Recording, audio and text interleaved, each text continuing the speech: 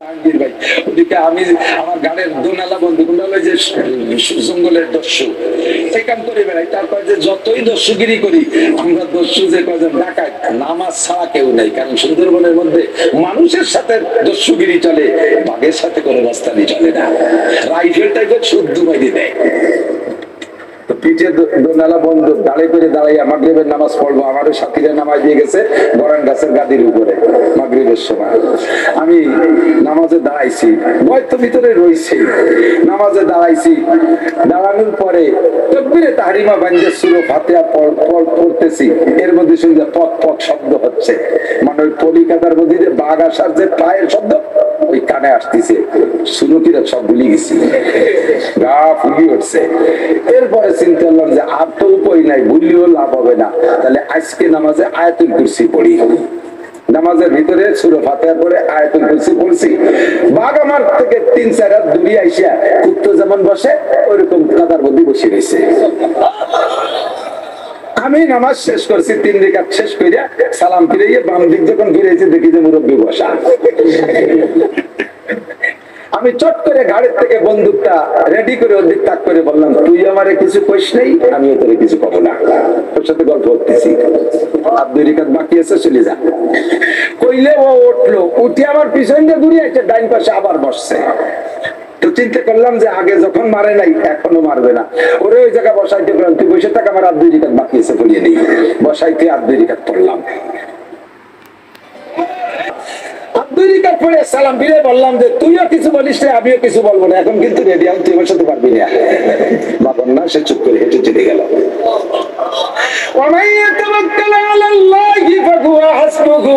আল্লাহর উপরে ভরসা করে আল্লাহ তার জন্য যথেষ্ট হইয়া যায়। সুরকিরাতের মধ্যে কোনো টেনশন থাকে না। পকেটে যদি টাকা না থাকে আর বস্তা বইরে বাজার নেওয়ার হুকুম থাকে, তাহলে আর আলহামদুলিল্লাহ পুরো মনে আসে না। আত্মায়াতু মাঝে মাঝে কই না, আত্মায়াতু পড়তে যে আলহামদুলিল্লাহর মধ্যে ঢুকে চলে যায়। শেষ বইটাকে মোটে সালামই ফিরাই না। অনেক কষ্টে সালাম ফিরানোর পরে মাইয়ে কয়, আব্বা তুমি অন্যদিন তাড়াতাড়ি নামাজ পড়তে, আজকে এত দেরি হইলে শেষ বইটাকে? আরে মা, সে আত্মায়াতু তুই ছাড়াতে পারি না।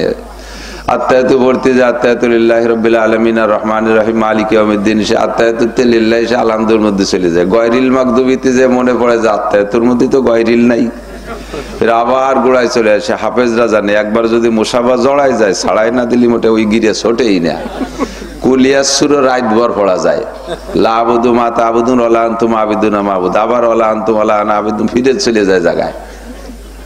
তো এই ঝামেলা পোহাতেছিলাম, সে আত্মায়াতু মোটে ছোটে না। কারণ টেনশন হলো পকেটে টাকা নাই, 1 বস্তা বাজার করতে হবে।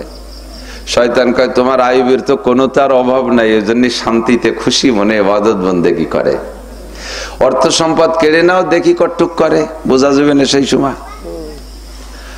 তো দিনের বেলা আলোচনা, রাতের বেলা আইয়ুব আলাইহিস সালাম ইবাদত বন্দেগী করে ঘুমাইছে। সকালবেলা ওনার বিভিন্ন জায়গা জমির যে মালিরা ছিল, বরগাইতরা ছিল, ক্ষেত খামার করতো, কৃষকরা এসে বলতেছে, হযরত বিশাল দুঃসংবাদ ঘটে গেছে।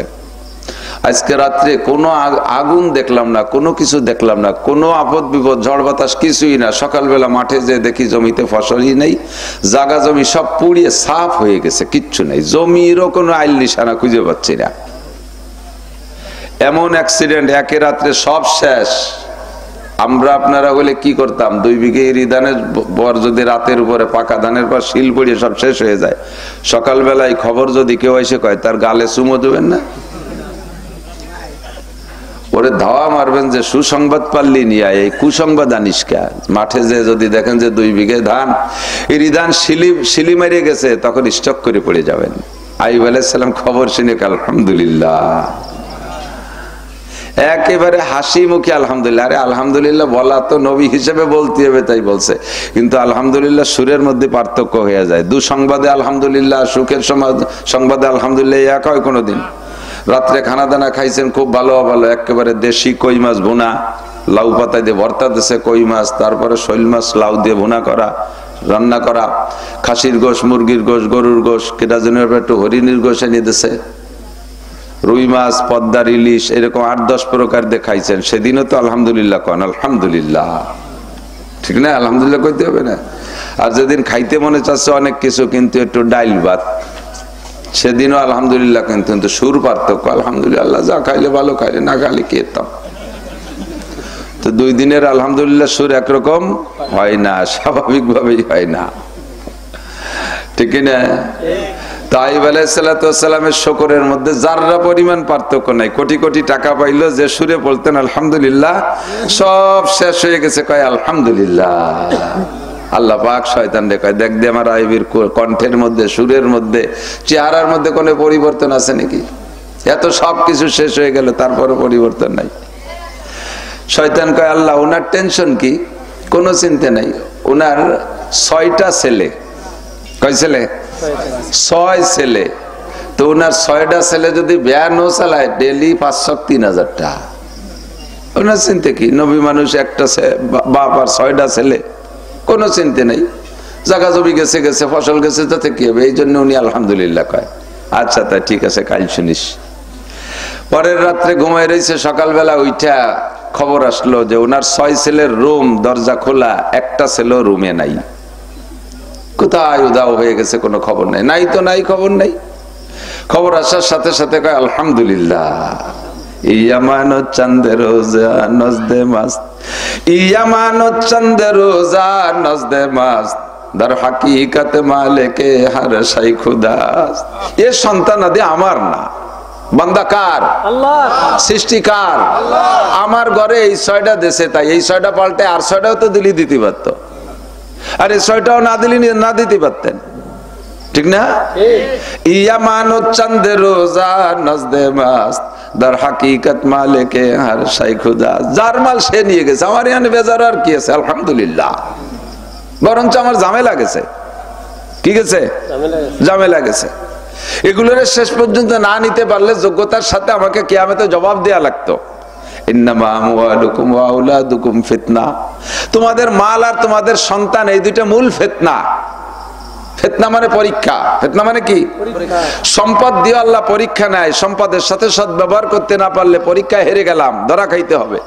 সন্তান দিয়ে আল্লাহ পরীক্ষা নেয়, এই কটা তোমারে দিলাম, তুমি যত্ন সহকারে লাইলে পাইলে এই যোগ্যতা বানায় নিয়ে আসবা। যদি তা শেষ পর্যন্ত না পারি, তাহলে জবাব দিতে হবে আল্লাহর কাছে। কতক্ষণ? তো তার মাল সে নিয়ে গেছে, সম্পদ দিয়েছিল তাও নিয়ে গেছে, আমার পরীক্ষার ঝামেলা গেল। সন্তান দিয়েছিল তাও নিয়ে গেল, আমার পরীক্ষা দেওয়ার ঝামেলা গেল। আমার কাছে আপনি 1 কোটি টাকা দিয়েছেন, হুজুর যাবেন তো রাতের বেলা চলে যান নাকি ভাঙ্গা? তো ভাঙ্গায় সুবান মুন্সির কাছে 1 কোটি টাকা। আমি দিন আসছিলাম, আমি যাবো, বৃষ্টি জ্বালায় যাতে পারি নেই, আপনার অশ্বন বলে যাইনি। তা আপনি 1 কোটি টাকা একটু যাওয়ার সময় সুবান মুন্সিরে দিয়ে যান, ওই যে গোডাউন মসজিদের দ্বারা দাঁড়ানো রয়েছে। এই 1 কোটি টাকা মানুষের মধ্যে আমার কাছে দিলেন, এই নিয়ে আমি অটোতে যাব, আমার টেনশন আছে না নাই? পথে কত দুলো বাইরে দাঁড়ায় থাকবে না? সেই সময় হুজুর বলে সম্মান করে, শালা কি আছে দিয়ে যা, ঠিক না? তাহলে আমি এই টাকা নিয়ে রওনা দিছি, এই জায়গা যাওয়ার পরে আপনি হুজুর টাকা দিয়ে যান, নিয়ে লাগবে না। তাহলে এখন আমার টেনশন কমছে কিনা? ওরা হয়তো টাকার জন্য আমার রাস্তাঘাটে মেরেও ফেলতে পারতো, কত দুশ্চিন্তা। তাহলে আমার টাকা, আপনার টাকা আপনি আবার নিয়ে গেছেন, আমার কাছে দিয়েছিলেন আমানত পৌঁছাই দেওয়ার জন্য, তার আগে আপনি নিয়ে গেলেন, আমার ঝামেলা গেছে। আইয়ুব আলাইহিস সালাতু ওয়াস সালাম সেইটা বুঝে কয় আলহামদুলিল্লাহ। জায়গা জমির ঝামেলা গেছে, সন্তানের ঝামেলা গেছে, আলহামদুলিল্লাহ। আল্লাহ কয়, দেখছিস শয়তান, আমার আইয়ুবের শুকরের মধ্যে কোনো পার্থক্য আছে? শয়তান কয়, আল্লাহ 4 স্ত্রী, ছেলে মেয়ে নাই, জয় ঝামেলা নাই, জায়গা জমির টেনশন নাই, উনি একা 4 স্ত্রী শ্বশুর বাড়ি থেকে তারা আনবে, আর উনি জায়গায় বসে খাবে। চিন্তা কি? কত বড় শয়তানের শয়তান চিনতে হতে পারে? খালি খালি শয়তান, একেবারে খালি খালি শয়তান না। তো আল্লাহ কয়, আচ্ছা ঠিক আছে, স্ত্রীদের সে আইয়ুব আলাইহিস সালাম স্ত্রী আছে বিদায় এই আনন্দের শুকর আদায় করে। পরের দিন সকালবেলা খবর আসছে যে স্ত্রী তো 4 জনের 4 রুমে ছিল, 4 ঘরে। শুধু উনার কাছে যে স্ত্রীটা ছিল সেইটা বাদে বাকি 3 জন নেই, চলে গেছে, আল্লাহ নিয়ে গেছে গায়েব করে, উধাও করে। আল্লাহু আকবার। খবর আইছে, হুজুর আপনার আর 3 জন স্ত্রী তো রাতের বেলা বিছানায় ছিল, সকালে তো পাওয়া যাচ্ছে না, নেই যে। তো উনি এবারও শুনে কে আলহামদুলিল্লাহ। 4 স্ত্রী সঠিকভাবে পরিচালনা করতে না পারলে তো জবাব আমাকে দেওয়া লাগবে, লাগবে কি লাগবে না? আমি বিয়ে তো গুটিখানিক করেন, মনে চাইলেই এটা করেন, স্ত্রী নিয়ে ঝামেলা আছে, তা কি জানেন আপনি? হাদিসে আছে, আল্লাহ নবী বলেন, যদি কোনো ব্যক্তির 2টা স্ত্রী থাকে, আর এই দুইটা স্ত্রীর ভিতরে যদি ইনসাফ কায়েম করতে না পারে তাহলে যা ইয়াউমাল কিয়ামতে আশাক্কুহু সাকিতুন, হাদিসের অংশ আমি বললাম, যা ইয়াউমাল কিয়ামতে আশাক্কুহু সাকিতুন। দুইটা স্ত্রীকে দুই রকম রাখেন, একটারে 7 তলায় আর একটারে 5 তলায়। একটাকে দেন 5,000 টাকা দামের শাড়ি, আর একটারে দেন একখান কি কয় সাদা সাদা একখান চুল পাড়িয়ে কাপড়। আছে না এরকম ভালো ভালো মানুষ?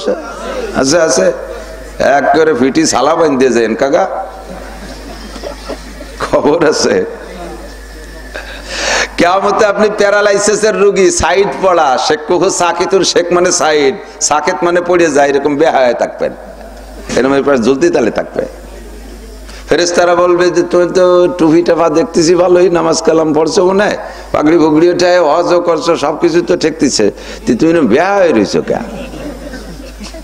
প্যারালাইসিস হলো কিভাবে? কয় যে ওই বুড়ির জ্বালায়। কি করছে বুড়ি? বুড়ির কাছে শোনো, এবার বুড়িরে জিজ্ঞেস করবে, চাচি এই চাচার এই হালাত আপনি দেখতেছেন, উনি তো বেচতে যাবে, পঙ্গু পঙ্গা তো বেচতে দেবে না আল্লাহ। আল্লাহ কোনো পঙ্গু লোক বেচতে দেবে না, কতক্ষণ বুড়ো মানুষও বেচতে যাবে না। সাবধান, নামাজ কালাম পড়ে লাভ নাই কাকা, বুড়ো হয়ে গেছে। যার সময় বুড়োরা সব 30 বছরের যুবক, সুবহানাল্লাহ।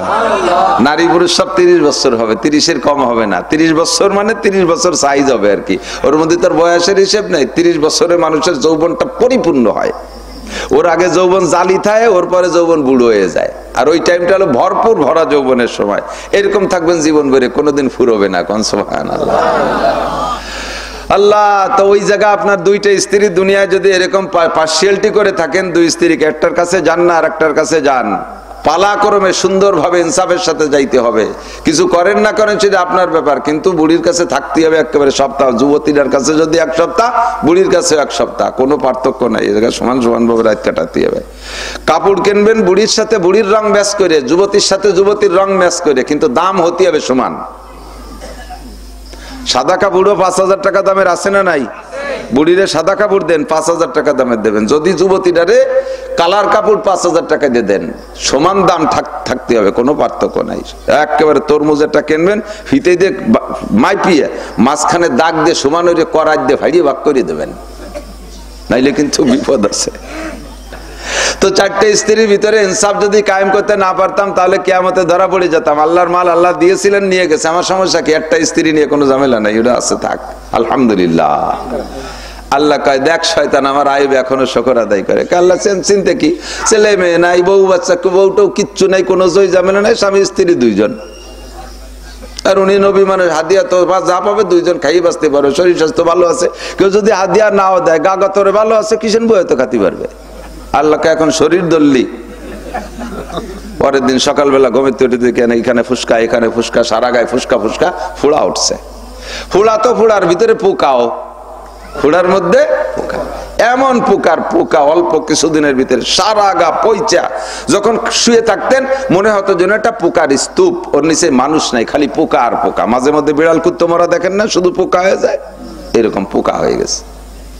স্ত্রী রহিমা আলাইহিস সালাম, আল্লাহু আকবার, এই স্ত্রী এই স্বামীকে নিয়ে ফাঁকে একটু ওয়াজ করে যাই গল্পের ভিতর দিয়া।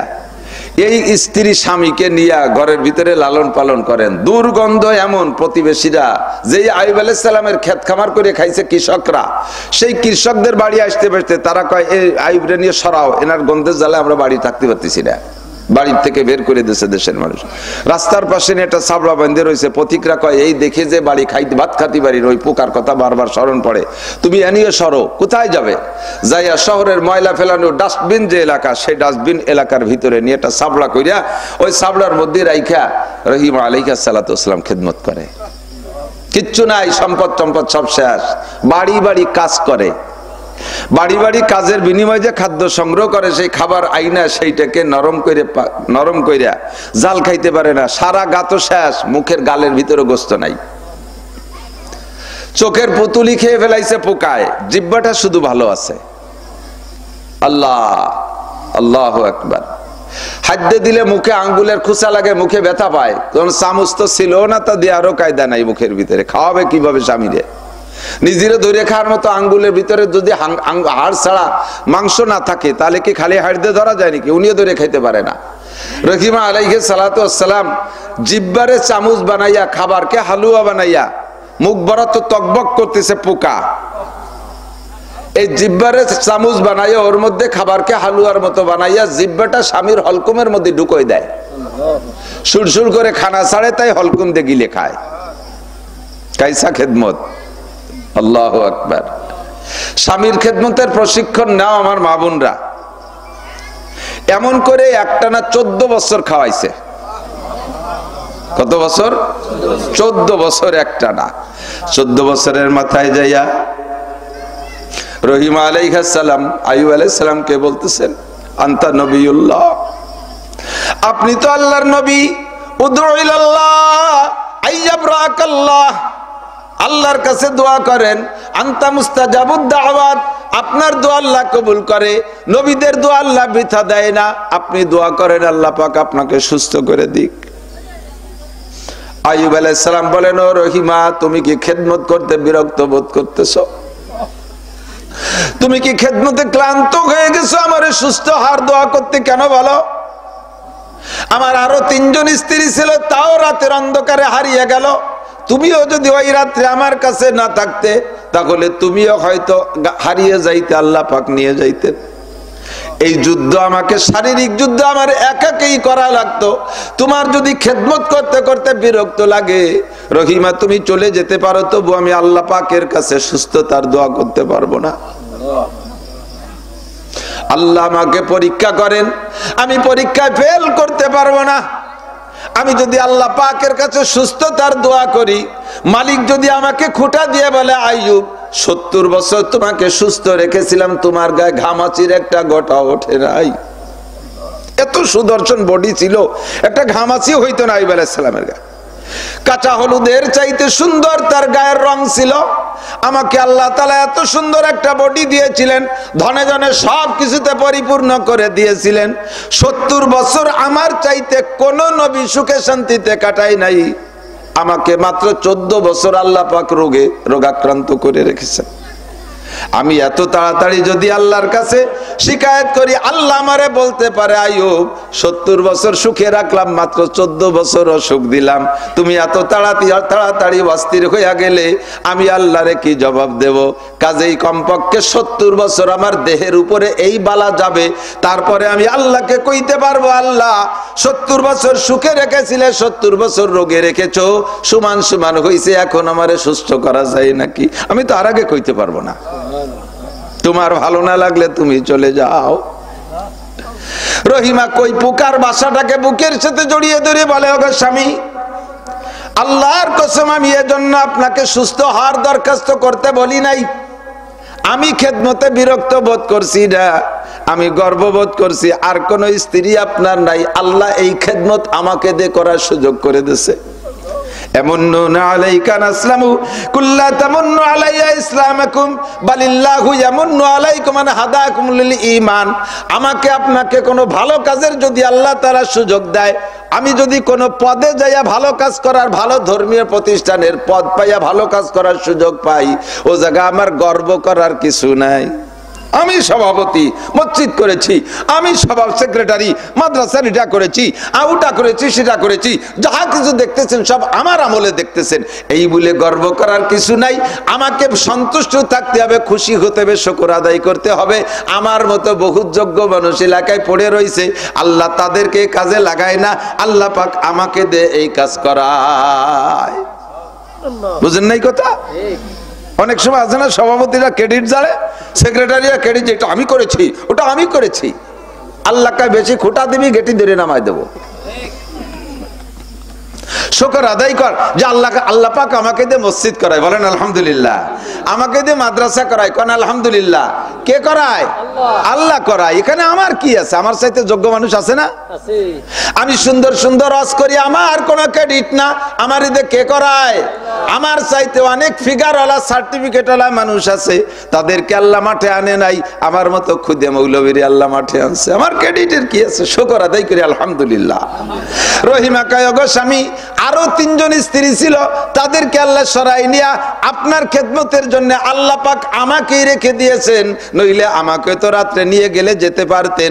আমি আপনার খেদমতে বিরক্ত হইয়া একথা বলি নাই।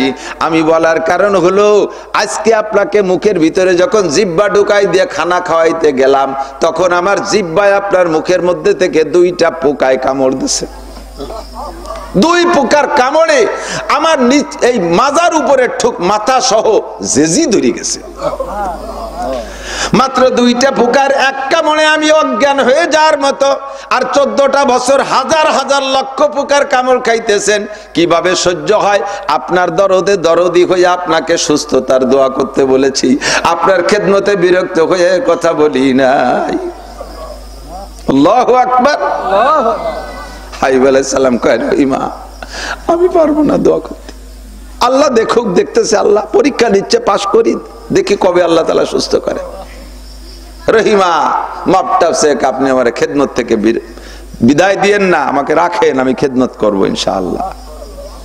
চলতে থাকলো আরো 4 বছর। সন্ধ্যার আগে খানা আনতে গেছে গ্রামে। ওই দিন আসতে সন্ধ্যার সময় একটু দেরি হয়ে গেছে। আল্লাহু আকবার। জিবরিল আলাইহিস সালাতু ওয়াস সালাম মাগরিবের সময় আয়েশা আইয়ুব আলাইহিস সালামকে সালাম দিয়েছে, আসসালামু আলাইকুম ইয়া আইয়ুব, কাইফা হালুক। সালাম দিয়ে কয়, আইয়ুব আলাইহিস সালাম কেমন আছেন? সালাম পাওয়ার সাথে সাথেই তো উত্তর দিতে হবে। সালামের উত্তর দেওয়া ওয়াজিব, সালাম দেওয়া সুন্নাত। বলেন, সালাম দেওয়া সুন্নাত, উত্তর দেওয়া ওয়াজিব। এই জায়গাটাই শুধু আমি দেখি সুন্নতে নেকি বেশি, ওয়াজিবে নেকি কম। মূলত পদমর্যাদা হিসেবে ফরজের পরেই পদমর্যাদা ওয়াজিবের। 3 নম্বর হলো সুন্নাত। ফরজে নেকি সবচেয়ে বেশি, ওয়াজিবে তারপরে সেকেন্ড, সুন্নতে 3 নম্বর নেকি। এই জায়গায় আইসা সুন্নতে নেকি বেশি, ওয়াজিবে নেকি কম। কেন? এই ওয়াজিবটা বাস্তবে আসছে তো সুন্নতের ওসিলায়। ওই সুন্নত না হলে তো এই ওয়াজিব আসতো না। এই জন্য আরবিতে এরকম মওকুফ আলাইহি, নির্ভরশীল। এই ওয়াজিবটা অস্তিত্বে আসার জন্য মওকুফ আলাইহি, নির্ভরশীল। সুন্নত সালামটা না দিলে তো ওয়াজিব উত্তর আসতো না। এই জন্য সালামে নেকি বেশি। কথা কি বুঝিয়ে আসছে নাকি? তো আইয়ুব আলাইহিস সালাতু ওয়াস সালাম আইয়ুব আলাইহিস সালামকে জিবরিল সালাম দিয়েছে। আর জিবরিল আলাইহিস সালাতু ওয়াস সালাম আইয়ুব আলাইহিস সালাতু ওয়াস সালাম উত্তর দিবেন, কিন্তু উত্তর না দিয়ে মুখ বন্ধ করে বসে রয়েছে। কিছুক্ষণ পরে উত্তর দিয়ে কয়, ওয়া আলাইকাস সালাম ইয়া জিবরাইল, আলহামদুলিল্লাহ। এ সময় কয় আলহামদুলিল্লাহ। সারা গা পোকে খুঁজে খেয়ে ফেলতেছে, তাও কয় আলহামদুলিল্লাহ। এর নাম ঈমান। এর নাম কি? ঈমান। পারবেন? আল্লাহ তার করে সয়ে দেয় না, ধরছে আমারে। আমরা তো শুকর আদায় কয়, দেহ না কেমন আছি, চোখ কানা হয়ে গেছে নাকি, যে প্যারালাইসিসে পড়ে রয়েছি, দেহ না কিরকম আছে। আল্লাহ তার করে দেখে না চোখি, শুকর আদায় করতেছে। আইয়ুব আলাইহিস সালাম কয় আলহামদুলিল্লাহ। একেবারে গালে তো গোশ নাই, তা হাসি তো বোঝা যায় না, কিন্তু কণ্ঠে বোঝা যায় যে হাসি হাসি কণ্ঠ। আলহামদুলিল্লাহ। ওয়ান্তা কাইফা ইয়া জিবরাইল, তুমি কেমন আছো? জিবরাইল তো ভালোই আছে, তার ছেলে মেয়ে বউ বাচ্চা তবলিগ চরমনাই নাই, ইরিমিরি কোনো তো ঝামেলা নেই। আলহামদুলিল্লাহ। তো ভাই আইয়ুব, আমি সালাম দিলাম, কখন আর উত্তর দিলেন দেরি করিয়া? তাই আইয়ুব আলাইহিস সালাম বলতেছে, ভাই তুমি যখন সালাম দিছো তখন 2 জন মেহমান আমার মুখের মধ্যে থেকে খানা খাচ্ছিল। 2টা পোকা মুখের মধ্যে থেকে গোশত কাটিয়ে খাচ্ছিল। আমি যদি সালামের উত্তর দেই, জিহ্বায় নাড়া লেগে যায়, আর ওই 2টা পোকা অতৃপ্ত থেকে যায়, তাদের খাবারে ডিস্টার্ব হয়। কিয়ামতে যদি ওরা আল্লাহর কাছে অভিযোগ করে, আল্লাহ কত পোকায় তোমার আইয়ুবের গাছ থেকে খানা খাইলো, কেউ রে খাবারের সময় কোনোদিন ডিস্টার্ব করলো না, বাধা দিল না, আমরা যেদিন খাইতে গেছি সেদিন আমাদেরকে তৃপ্তি সহকারে খাইতে দেন, এই খালি জিহ্বা নাড়াচাড়া করে। এই অভিযোগের ভয়ে আমি জিহ্বাটাকে বন্ধ রেখেছি, সালামের উত্তর দিতে দেরি করছি। ওরা খেয়ে যখন থেমে গেছে, তারপরে আমি উত্তর দিছি, এজন্য একটু দেরি হয়ে গেছে। কোথায় মানুষ পারবো তাদের সাথে? এই রুহগুলোকে আল্লাহ তাআলা রুহের জগতে আলাদা করে বাছাই করে নিয়ে ট্রেনিং করাইয়া, প্র্যাকটিস করাইয়া তারপরে দুনিয়ায় পাঠাইছে, নইলে এরকম জবাব দেওয়া আদৌ সম্ভব না। আল্লাহু আকবার। ওয়া ইয ইবতালা ইব্রাহিম রাব্বুহু বিকালিমাতিন ফাআতাম্মাহুন। এরকম কঠিন কঠিন পরীক্ষার সম্মুখীন আল্লাহ পাক নবী রাসূলদেরকে করেছেন, ইব্রাহিম নবী আলাইহিস সালাতু ওয়াস সালামকে এইরকম কঠিন পরীক্ষা 30টা করেছেন। এর চাইতে বড় কঠিন পরীক্ষা ইব্রাহিম আলাইহিস সালামের হয়েছে, সেটা হলো সন্তান জবাই করার পরীক্ষা। গায়ে পোকা আসলো, খেয়ে ফেললো পোকায়, উপায় নাই, ডাক্তার কবিরাজে সারতে পারে না, পস্তিতে হবেই। হুকুম হলো ছেলেরে জবাই করো, তাও ডাইরেক্ট না, স্বপ্নের হুকুম, আর তাও নাকে বাস্তবায়ন করতেই হবে। এটা কত কঠিন ব্যাপার। এই পরীক্ষায় পাস করা ইব্রাহিম আলাইহিস সালামের 30 পরীক্ষায় পাস। আল্লাহ পাক রব্বুল আলামিন নিজেই ঘোষণা দিয়েছেন, ওয়াইদ বিতালা ইব্রাহিম রাব্বুহু বিকালিমাতিন ফাআতাম্মাহুন। সব পরীক্ষা আমার ইব্রাহিম পাস। আইয়ুব নবী আলাইহিস সালাতু ওয়াস সালাম এই দেহ পরীক্ষা, অর্থ পরীক্ষা, সন্তান হারিয়ে যাওয়ার পরীক্ষা, স্ত্রীগুলো হারিয়ে যাওয়ার পরীক্ষায় পাস না ফেল? ফেল না পাস? ইব্রাহিম আইয়ুব আলাইহিস সালাতু ওয়াস সালাম যখন কয় আলহামদুলিল্লাহ, আর এই ঘটনা সালামের উত্তর দিতে দেরি হওয়ার কিসসা যখন শুনাইলেন, আল্লাহ পাক আরশে আজিমের মালিক জিবরিল আলাইহিস সালাতু ওয়াস সালামকে বলে, জিবরাইল আমার আইয়ুব কেমন জবাব দিল কি শুনলে? জিবরাইল কয়, ওগো আল্লাহ, আমরা তো আদম সন্তান, আদমকে বানাইতে মৌন নিষেধ করেছিলাম, ডাইরেক্ট নিষেধ করে নাই, মৌন অসম্মতি জানাইছিলাম। আদম জাতি যে এত উত্তম হবে, এত বড় ধৈর্যশীল হবে, এত বড় বিপদের মধ্যে এত সুন্দর জবাব দিতে পারবে আমার জানা ছিল না। ও আল্লাহ, এটা কেমন মানুষ, কেমন জবাব দিলে, এ জবাব আমি কোনোদিন শুনি নাই। আল্লাহ কয়, তাহলে তুমি কি মনে করো আমার আইয়ুব পাস না ফেল? জিবরিল আলাইহিস সালাম বলেন, আল্লাহ পাস তো পাস, আমি তোমার কাছে খাস ভাবে দরখাস্ত করি, তোমার আইয়ুব এমন আইয়ুবের আইয়ুব মরেও যদি যায় কোনোদিন সুস্থতার জন্য তোমার কাছে দোয়া করবে না। ও আল্লাহ, তুমি আর তোমার আইয়ুবরে কষ্ট দিও না। আল্লাহ কয়, তাল জিবরাইল চলে আসো। মুহূর্তের ভিতরে জিবরাইল গেলেন, যা আমার আইয়ুবের জন্য পুরস্কার নিয়ে যাও, আমার আইয়ুবরে আর কষ্ট দেওয়া যাবে না। কি কি নেব আল্লাহ? কয় যে 1 নম্বরে জান্নাতের একটু পানি নিয়ে যাও, 2 নম্বরে একটা ব্রিফকেস নাও, ওর মধ্যে 1 সেট জামা কাপড় নাও জান্নাত থেকে, 3 নম্বরে জান্নাতি একটা টুপি নাও, 4 নম্বরে জান্নাতি একটা পাগড়ি নাও, 5 নম্বরে জান্নাত থেকে একটা জায়নামাজও নিয়ে যাও। এই 5টা পুরস্কার আমরা আইয়ুবকে দিয়ে দেওয়া। দ্রুত গতিতে আইসা মাগরিবের সময় ঘন অন্ধকার হয়ে আসতেছে।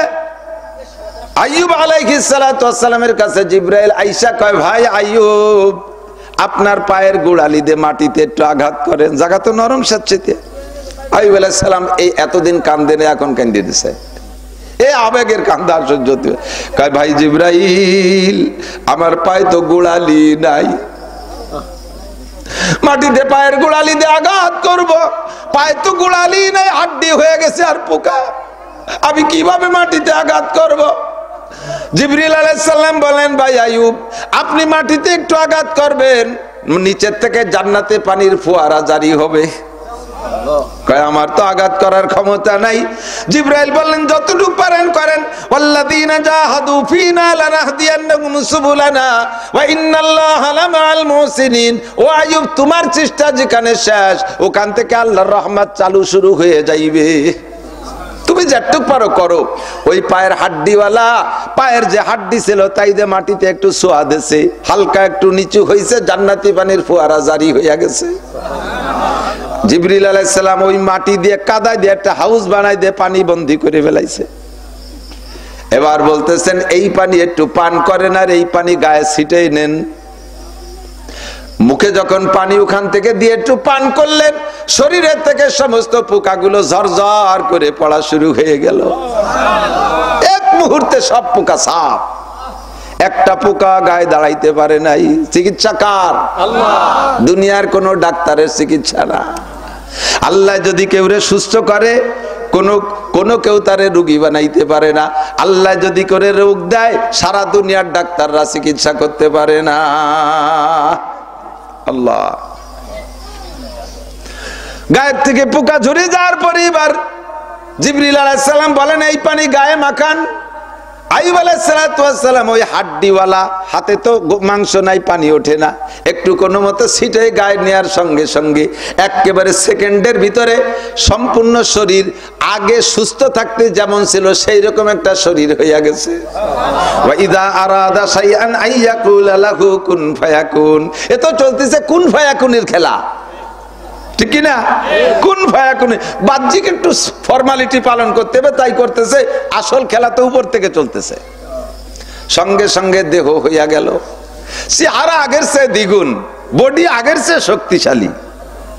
এবার ব্রিফকেস খুলে জিব্রাইল কয় এই নেন জান্নাতি জামা পায়জামা, দিলেন পরাইয়া। এরপরে জান্নাতি টুপি পরাই দিয়া জান্নাতি পাগড়ি মাথায় দিয়ে দিলেন, এই যে নেন জায়নামাজ। উশকুর রব্বাক, আপনার রবের একটু শুকর আদায় করেন। শিখাই দেয় নাই যে কি দিয়ে শুকর আদায় করতে হবে। আইয়ুব আলাইহিস সালাম বুঝলেন রবের সর্বশ্রেষ্ঠ শুকর নামাজি হওয়া দরকার, কথা কয় না?